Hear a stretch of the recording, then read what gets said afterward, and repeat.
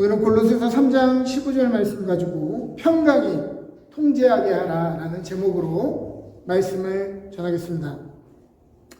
오늘은 한 이민자 소녀의 이야기를 여러분들에게 소개하며 설교를 시작하려고 합니다.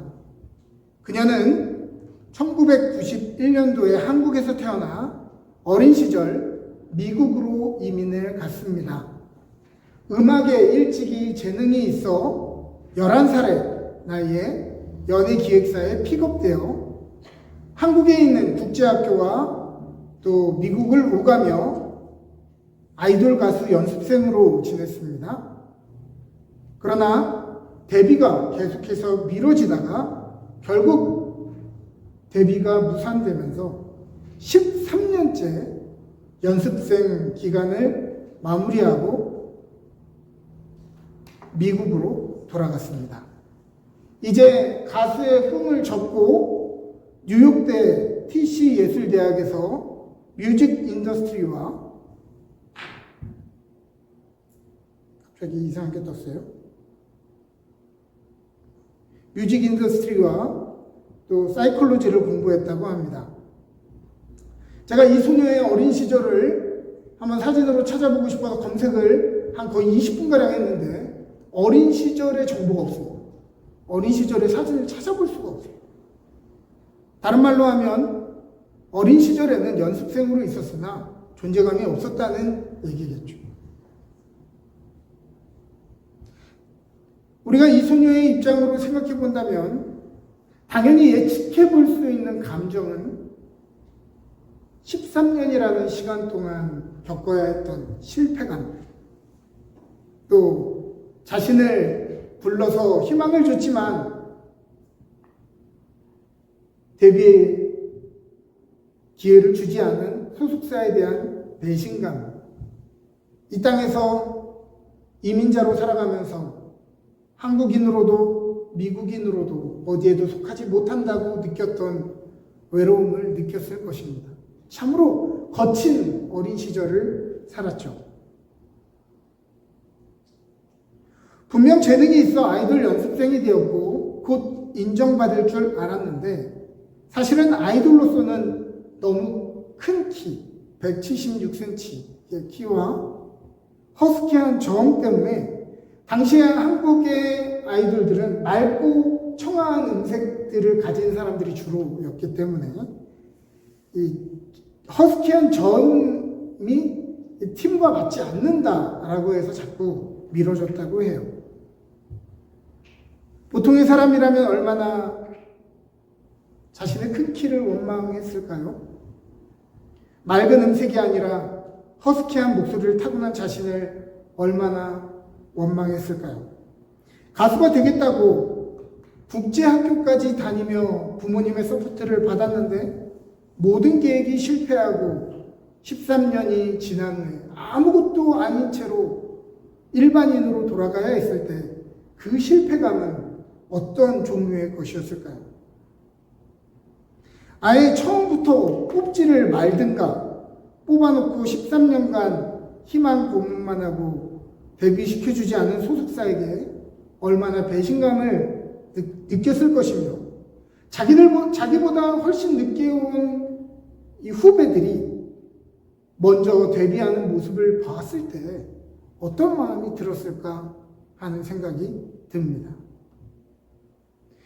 저는 이 이야기를 들으면서 다윗의 이야기가 떠올랐습니다. 어린 시절 왕으로 기름 부음을 일찍이 받았지만 왕인 사울이 이제 그 다윗을 죽이려고 쫓아다녔대. 왕으로 기름 부음을 받았음에도 불구하고 도망자의 신세로 15년간 기약 없이 광야를 떠돌았던 다윗의 마음, 그 마음과 비슷하지 않을까라는 생각을 해보게 됐습니다.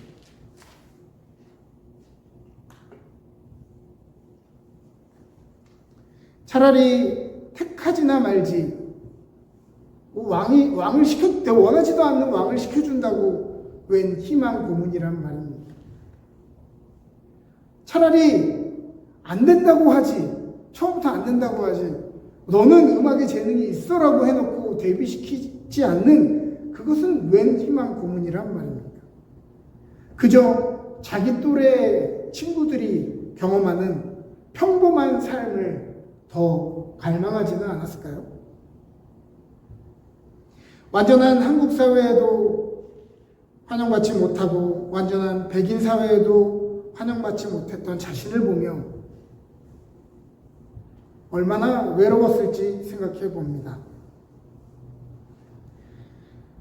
그 13년의 기간을 마치고 미국으로 향하면서 그녀는 어떤 공허함을 가졌을까요? 감히 상상하기 힘든 것이죠. 그러나 이 소녀는 음악을 포기하지 않았습니다. 우연한 기회로 작곡의 기회가 있어 작곡가로 활동하다가 2020년 한 애니메이션의 OST 협업을 제안받게 됩니다. 그녀는 이 노래를 작곡하면서 많이 울었다라고 이야기해요. 왜냐하면 자기 자신이 그 애니메이션에 나오는 주인공의 이야기와 참 비슷한 삶을 살았기 때문입니다. 디렉터의 부탁에 따라서 비현실적인 느낌의 노래를 만들어달라 이렇게 얘기했대요. 그래서 비현실적인 느낌의 노래를 만들고 보니 저음에서부터 고음까지 음역대가 너무 넓어서 가수들이 부르기에 까다로운 노래를 만들어버린 것입니다. 그래서 많은 가수들이 그 노래를 부르기를 고사했대요. 그 누가 불러야 되냐 고민하다가 그 감독이 얘기했죠. 네가 불러봐라. 그래서 자기가 불렀다. 이 노래는 애니메이션의 성공과 함께 제가 오늘 아침에 찾아보니까 오늘 기준으로 유튜브 5.5억 뷰, 이 노래를 5.5억 뷰를 봤다는 얘기고요. 빌보드 핫 100 차트에서 역사상 68번째 핫샷. 핫샷이 뭔지 아세요? 빌보드 차트에 들어갈 때 1위로 들어가는 거예요. 그러니까 뒤에서부터 그렇게 올라오는 게 아니라 들어올 때부터 1위로 들어가는 곡을 핫샷이라고 하는데 역사상 통틀어도 68번밖에 없대요. 그녀의 노래가 68번째 핫샷으로 1위로 들어갔다고 합니다. 지금 8주간 1위를 하고 있고요. 스포티파이, 아마존, 애플 뮤직에서 1위를 했고 실제 데뷔 무대가 무려 많은 사람들의 꿈의 무대인 유명 토크쇼 지미 펠런 쇼가 되었습니다. 이 이야기의 주인공인 소녀는 바로 K-POP 데몬 헌터스의 OST 골든을 작곡하고 부른 이재, 본명은 김은재입니다. 얼마 전 한 인터뷰에서 그녀에게 이렇게 물었습니다. 데뷔가 좌절되면서 힘들었던 시간을 어떻게 극복했습니까? 이 질문에 다음과 같이 그녀가 답했다고 합니다. 모든 일에는 이유가 있다는 믿음으로 이겨냈습니다. 후회 없이 마음을 다해 임했기 때문에 제가 잘못 읽었네요. 모든 일에는 이유가 있다는 믿음으로 이겨냈습니다. 지금 돌아보면 내 인생은 그 믿음을 증명하는 하나의 이야기 같다는 생각이 듭니다. 주어진 모든 기회에 최선을 다했고 후회 없이 마음을 다해 임했기 때문에 지금의 내가 있었던 것 같습니다. 무엇보다 작곡이 가장 큰 치유의 통로였고 내가 겪고 있던 일들을 정리하고 감정을 풀어낼 수 있었던 방법이었습니다. 긴 시간 어린 나이에 연습생으로서 쏟아부었던 노력이 헛되지 않기를 바라는 마음을 놓지 않고 있었습니다. 그리고 지금 그 시간이 결실을 맺는 것을 보며 마치 운명과 같다고 생각합니다. 모든 일에는 이유가 있다는 믿음으로 이겨냈다. 지금 돌아보면 내 인생은 그 믿음을 증명하는 하나의 이야기와 같다. 이것이 인터뷰라는 것을 다른 사람에게 알려주지 않고 이 문장만 따로 떼어서 읽어도 굉장히 감동적인 말이죠.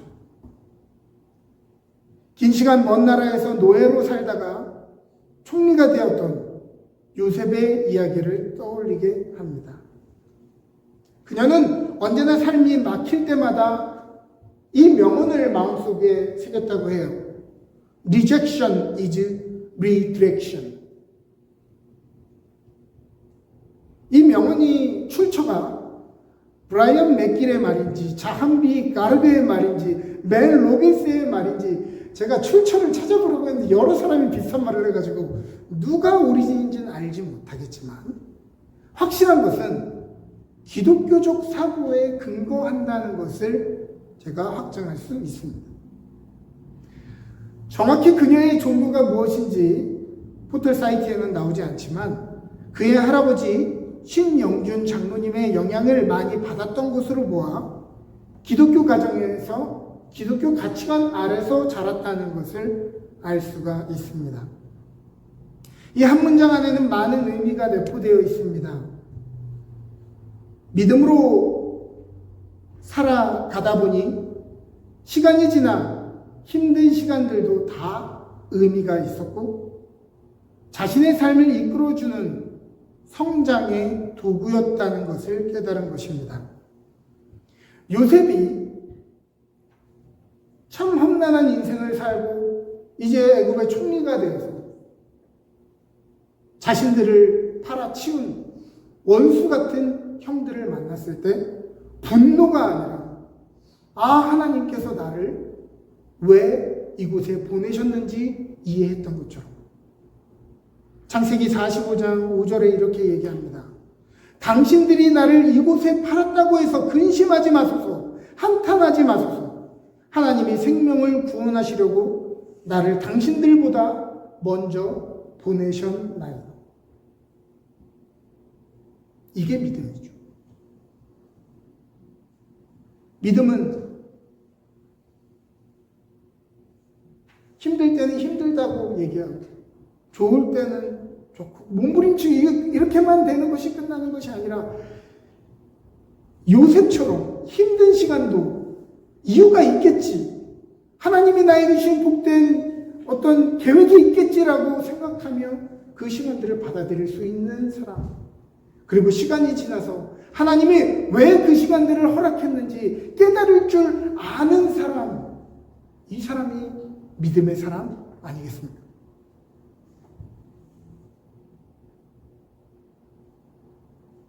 모든 일에는 이유가 있다는 믿음으로 이 말은 긍정적인 마인드라고 볼 수도 있겠으나 기독교적으로 보면 하나님은 신실하시다.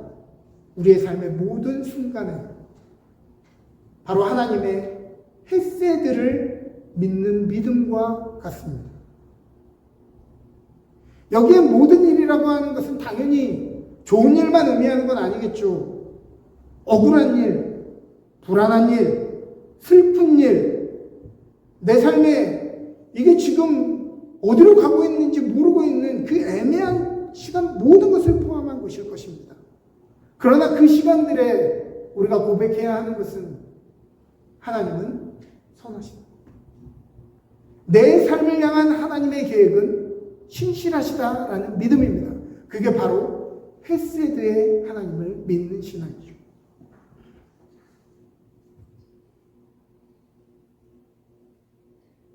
그녀의 인터뷰 중에서 지금 돌아보면이라는 표현이 마음에 다가옵니다. 당시에는 그게 이해가 되지 않았다는 얘기입니다.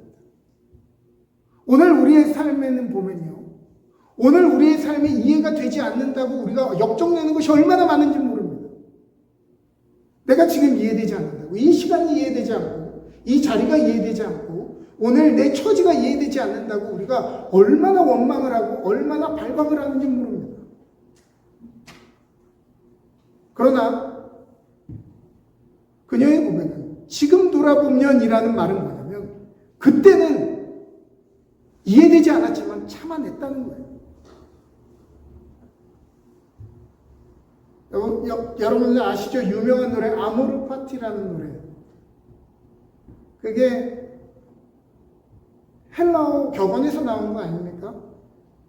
니체 그 책에도 등장하고요. 아모르 파티. 너의 운명 그대로를 사랑해. 너에게 주어진 환경, 너에게 지금 주어진 상황들을 왜 나는 이런 환경에, 왜 나는 하필 이런 가문에, 왜 나는 하필 이런 상황에 라고 얘기하는 게 아니라, 지금 너에게 주어진 상황이 너에게 복되다는 것을 깨닫고 너의 인생을 사랑해라, 너의 운명을 사랑해라 라는 말이죠. 그녀는 이해되지 않는 그 13년의 무명의 시간 동안 흔들리지 않고 keep going 했습니다. 오늘날 많은 사람들은 지금 당장의 성과, 지금 당장의 내 삶의 안정감이 없으면 쉽게 길을 이탈합니다. 조금만 잘못되었다고 생각하면 제자들이 흩어져 갈릴리로 돌아갔듯, 조금만 굶어도 애굽에서 종살이할 때가 좋았다라고 우리 다시 애굽으로 돌아가자고 얘기하는 이스라엘 백성처럼 과거의 자리로 돌아가는 것이 최선이라고 이야기합니다. 지금 내 삶이 잘하고 있는 건지 어떻게 흘러가고 있는지 모르겠다고요? 여러분만 그런 것이 아닙니다. 저의 인생을 돌아봐도 매 순간 그랬어요. 이거 잘하고 있는 건가? 옳은 길로 가고 있는 건가? 헷갈렸지만, 확신할 수 없었지만 keep going 했습니다. 인생의 대박이 그 사이에 안 났을 수도 있고, 또 기대했던 것과는 다를 수도 있죠. 그러나 삶을 믿음과 명분으로 결정하는, 삶을 결정할 때 어떤 감정적인 것들과 상황에 쫓겨서 결정하는 것이 아니라 믿음과 명분으로 결정하면 나중에 돌아봤을 때 내 삶을, 내가 내 삶을 참 잘 살았구나, 그리고 그 걸음들이 쉽지는 않았지만 후회 없는 걸음을 걸었구나라고 고백할 수 있는 것입니다. 또 그녀의 인터뷰 중에서 제가 감명 깊게 읽었던 한 문장, 내 인생은 내가 믿어왔던 그 믿음을 증명하는 하나의 이야기와 같았다. 네, 인생은 우리의 믿음을 증명하는 하나의 이야기입니다. 믿음은 단순히 종교적인 신념만을 의미하는 것이 아니라 삶의 방식을 의미하는 것입니다. 왜 믿음이 종교적인 신념만이 아니라고 제가 말하냐면, 오랜 시간 동안 종교적인 믿음을 가져도 실제 자신의 삶이 벽에 부딪히고 미래가 불확실하고 고난에 처해 있을 때 많은 사람들은 신을 원망하고 상황을 탓하고 실패감과 좌절감을 가지고 포기하기 때문입니다. 그러니까 종교적인 신념을 가져도 하나님 앞에 그럴 수 있다는 거예요. 그러니까 믿음이란 것을 가지고 하나님 앞에 전혀 믿음 없는 모습으로 살아갈 수 있다는 것입니다. 종교적인 믿음에 잠시 심취하는 것으로 내가 이것을 잠깐은 극복하는 것 같지만, 실제 우리의 삶의 자리,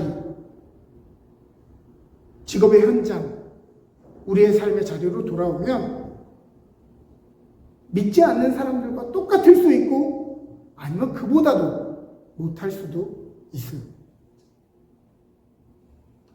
그러므로 믿음은 종교적인 신념이 아니라 삶의 방식이고 삶을 대하는 태도이며 우리의 인생을 증명하는 하나의 일관된 서사다라고 할 수 있겠습니다. 오늘 성경 본문은 우리에게 이야기합니다. 그리스도의 평강이 너의 마음을 주장하게 하라. 너희는 평강을 위하여 한 몸으로 부르심을 받았나니 너희는 또한 감사하는 자가 되라. 많은 사람들은 평안이라고 하는 것을 감정의 상태라고 생각합니다. 그래서 이렇게 얘기하죠. 마음이 평안합니까? 어떤 일들을 결정할 때 평안한 마음으로 결정했습니까? 그럼 하나님의 뜻이에요? 아닙니다. 평안은 마음의 평안함을 얘기하는 것이 아니에요.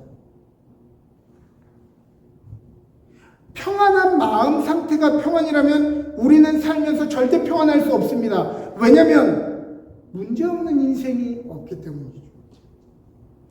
매 순간 문제가 생깁니다. 건강 문제, 자녀 문제, 재정 문제, 주택 문제, 비자와 캐나다 정책 문제, 불확실한 미래에 대한 문제. 멀쩡하게 살다가도 갑자기 차가 펑크나고 차가 축이 틀어지고 숨만 쉬어도 돈이 나가죠. 우리의 감정은 흔들립니다. 우리의 삶에 문제가 없는 적은 없어요. 만약에 문제가 없는 것이 평안이라고 생각한다면 여러분, 우리는 죽기까지 우리의 삶에는 평안이 없습니다. 우리의 삶에는 그런 종류의 문제는 계속해서 있을 것입니다. 그러나 그러한 감정에 따라 삶을 드라이브하지 말라고 이야기하는 것이죠. 그러나 이 문장의 주어를 보면 너희의 평강이 아닙니다. 그리스도의 평강입니다. 카이헤 에이레네 투 크리스도. 그리스도의 평강. 오늘 내가 기분이 좋고 상황이 잘 풀리는 내 감정의 느낌이 아니라 평강의 이유는 그리스도여야 한다는 것입니다. 다시 한번 얘기하죠. 내 마음은 불안하고 힘들고 오늘 어떤 길로 가고 있는지 확신이 들지 않지만 평안할 수 있는 이유는 그리스도가 내 안에 평안을 주시기 때문입니다. 우리를 사랑하시되 독생자까지 대신 죽게 하신 그 하나님의 사랑이 우리의 평안의 이유여야 한다는 것이고, 우리를 사랑하시되 자기를 희생제물로 바치기를 아까워하지 않으셨던 그리스도가 오늘도 우리와 함께 동행하신다는 것이 오늘 우리의 평강의 이유여야 한다는 것입니다. 그러므로 사랑하는 여러분, 우리의 마음의 상태가 우리를 드라이브하도록 내버려 두지 말고 하나님이 우리를 어떻게 바라보시는지를 우리가 믿고 그것이 우리의 삶을 드라이브하도록 우리의 삶을 맡겨야 할 것입니다. 주장하게 하라라는 뜻의 헬라어 브라뷰에투는 그런 무드로 살아라, 그런 기분으로 살아라 라는 의미가 아닙니다. 이 말은 오히려 주인이 노예를 통제할 때 사용했던 단어입니다. 지배하다, 통제하다 라는 뜻이죠. 그러므로 우리가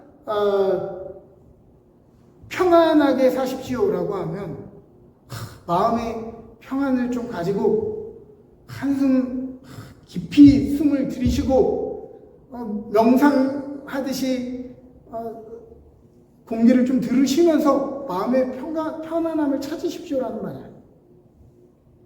이 말은 당신의 마음이 어떻든 그리스도의 평강이 우리의 마음을 지배하고 통제하도록 이끌라고 하는 것입니다.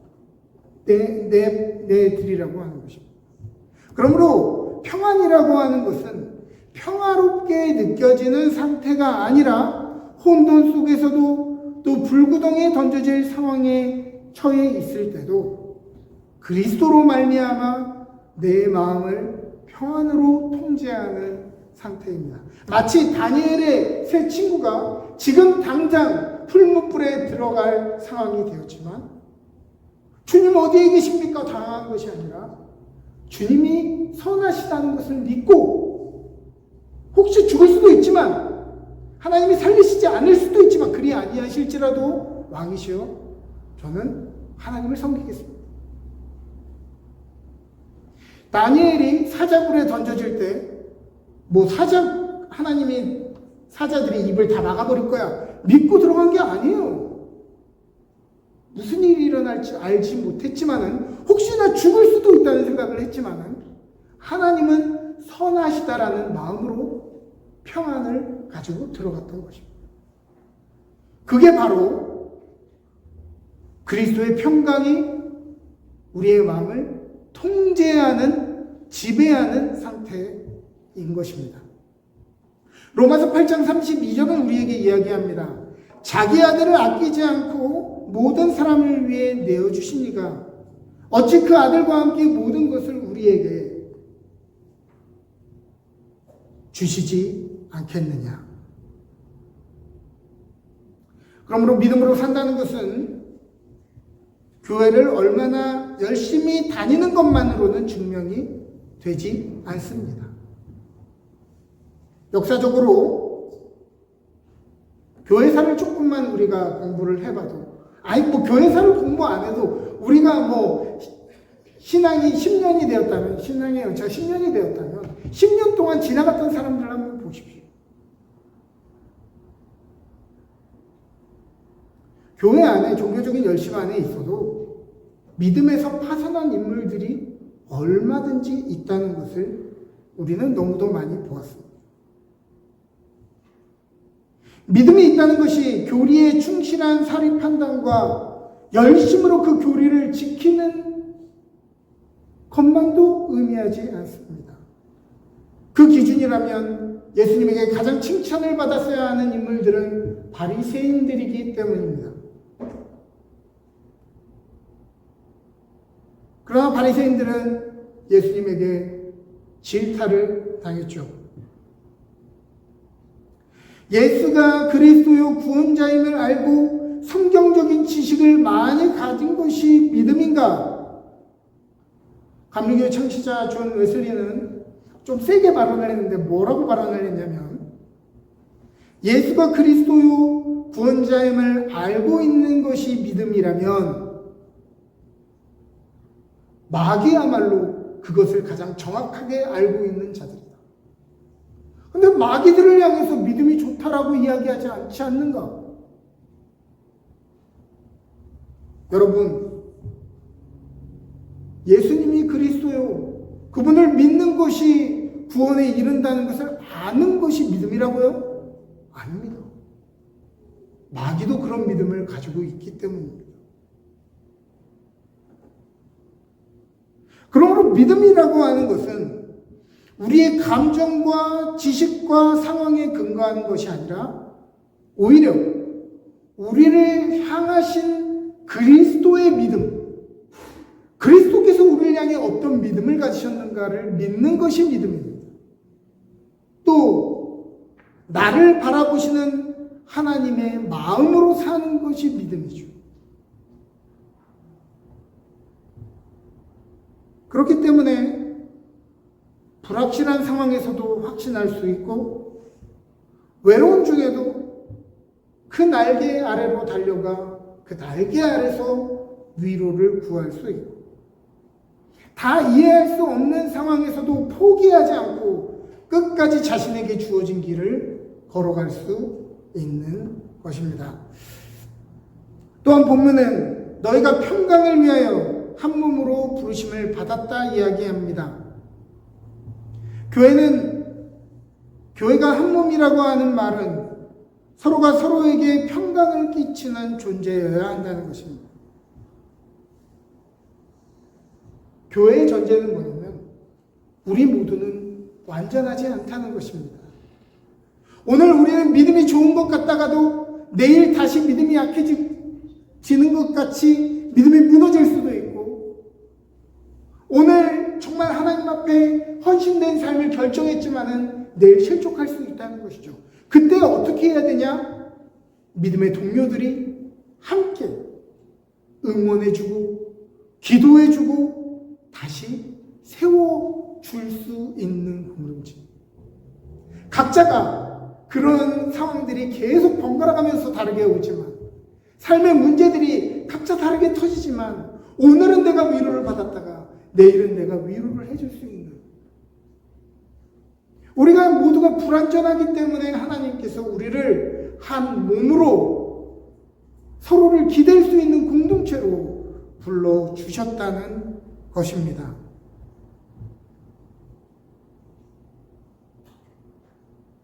누구의 인생이든 언제나 흔들립니다. 그러나 얼마나 몇 번 흔들렸냐가 중요한 것이 아니라 다시 일어날 수 있는가가 중요한 것입니다. 여러분 어릴 때 오뚜기 장난감으로 이렇게 쳐보셨죠? 오뚜기의 특이점은 아무리 밀어도 다시 일어난다는 건 아니겠어요? 넘어지는 게 문제가 아니라 다시 일어나면 되는 것입니다. 다시 일어나려면 뭐가 있어야 돼요? 우리의 마음 안에 무거운 중심이 있어야 합니다. 우리를 다시 일으킬 수 있는 무게추가 있어야 쓰러져도 다시 일어날 수 있는 거예요. 세상은 우리를 밀어 넘어뜨릴 것입니다. 내일도, 내일 모레도 우리의 삶에는 그런 일들이 있을 거예요. 그러나 마음에 무게추를 내린 사람은 다시 일어날 수 있습니다. 우리는 믿음의 공동체라고 하는 무거운 중심으로 인해 다시 일어날 힘을 얻습니다. 우리는 자신만만하여 홀로 살아가거나 다른 사람들과 담을 쌓고 홀로 살아갈 수 없습니다. 우리 모두는 서로에게 평강을 끼치기 위하여 한 몸으로 부르심을 받았기 때문입니다. 제가 전에 샬롬이라고 하는 단어를 설명드렸죠. 샬롬. 평안하십시오라고 할 때 평화. 근데 이 평화는 그냥 빌어주는 평화가 아니라 책임이 있는 평화라고 했죠. 당신이 만약에 평화롭지 못하면 내가 그것을 책임지고 채워주겠습니다라는 거죠. 그게 샬롬입니다. 샬롬은 그냥 빌어주는 게 아니에요. 당신이 평안했으면 좋겠어요. 당신이 좀 마음의 위원을 받았으면 좋겠어요가 아니라 내가 앞서서 그 사람의 아픔을, 문제를 함께 해결해주는 관계가 되는 것이 바로 샬롬인 것입니다. 마지막으로 본문은 우리에게 요청합니다. 믿음으로 감사하는 자가 되라. 여기서 감사의 헬라어 유카리스테오는 두 가지 단어가 합쳐진 말입니다. 좋은이라고 하는 말과 은혜라고 하는 이 두 가지 단어가 합쳐진 말이 바로 감사라고 하는 유카리스테오입니다. 감사는 오늘 내가 원하는 것이 이루어질 때 느끼는 감정이 아니라 오늘 우리의 삶의 모든 것이 당연하지 않음을, 이 모든 것이 과분한 선물임을 깨닫는 것이며 오늘 우리의 삶이, 그것을 받은 우리의 삶이 이미 좋은 것임을 아는 마음이 감사입니다. 그래서 오히려 삶이 잘 나갈 때보다요, 삶이 절박할 때, 또 고난을 경험하고 나면 이것들이 당연하지 않았구나라는 것을 깨닫는 지혜가 우리에게 생기기도 합니다. 우리가 정말 건강할 때는 모르다가 몸이 불편한 때에야 이 건강이 당연하지 않았다는 것을 깨닫게 되고, 우리의 삶에 당연하게 있어야 되는 줄 알았던 이 물질적인 것들이 때로는 없어질 때에 나에게 그러한 일상들이 얼마나 소중했고 풍성했는지를 깨달을 수 있게 되고요. 코비드처럼 모든 사람들이 격리되어 삶을 살아갈 때에 우리의 일상이라고 하는 것이 얼마나 귀중했는지를 깨달을 수 있게 되는 것입니다. 삶을 선물로 여기고 살아가는 사람은 늘 자족하며 살 수 있습니다. 자족의 이 헬라어 원 의미는 이 정도면 내가 만족한다. 여기까지면 나는 만족한다라는 뜻이 아니라고 했죠. 자족은 지금 나에게 주어진 것이 최고의 것이다 라는 의미입니다. 바울이 자족하는 마음을 가지라고 했을 때 난 이 정도면 만족해요 라는 그런 의미가 아니에요. 이게 내 삶의 베스트다라고 하는 고백이 바로 자족한다라는 말의 의미입니다. 그러므로 믿음으로 살아가는 여러분, 매 순간에 감사하는 사람들이 되십시오. 말씀을 마치면서 오늘 우리는 한 가수의 삶의 이야기와 그 고백을 통해서 믿음의 본질과 삶의 태도를 배우게 됩니다. 그녀의 삶은 마치 골로새서 3장 15절을 사람으로 만들면 딱 그 형상일 것 같은 인생입니다. 만일 누군가가 여러분들의 삶을 보고 말씀 한 구절이 떠오른다고 한다면 어떤 구절이 될 수 있을까요?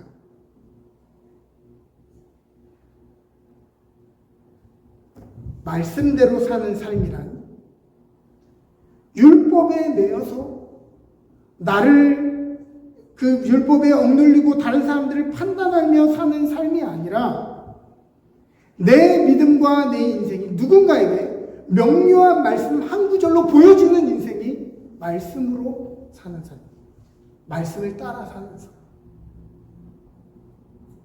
말씀을 따라 산다고 하는데 사람들을 비난하고 저주하고 편가르고 여러분 그거 믿음으로 사는 거 아닙니다. 말씀대로 사는 거, 그것은 우리의 삶을 보고 성경 한 구절이 떠오르는 것입니다. 나는 성경에 대해서 잘 모르지만 저 사람의 인생을 보니 저 사람의 인생은 참 골로새서 3장 15절 말씀 같아.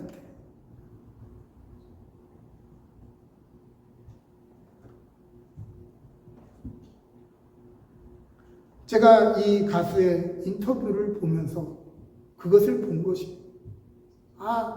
저 가수는 이것을 성경적인 표현으로 하지는 않았지만 그녀의 삶의 고백과 인생이 마치 말씀 한 구절을 정확하게 연상시키게 하는 인생을 살았던 것처럼 여러분들에게 묻습니다. 여러분들은 여러분들의 주위의 사람들이 여러분들을 보고 어떤 말씀이 떠오르는 사람이 되기를 바랍니다. 만일 어떤 말씀이 떠오르는 사람이 되고 싶다면 그 말씀을 실천하며 사시기를 바랍니다. 그것을 믿는 것만으로는 되지 않고요. 우리가 그것을 우리의 삶으로 살아낼 때 그 말씀이 육신이 되어 우리의 삶 가운데 나타날 때 그 말씀은 능력이 되고 우리의 삶은 전도의 능력으로 나타나는 것입니다.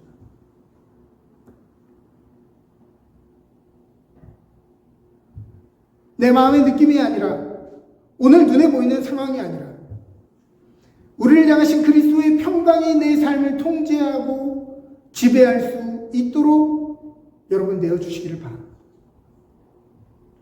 그리고 그러한 믿음이 우리의 삶의 감사가 이유가 되시기를 바랍니다.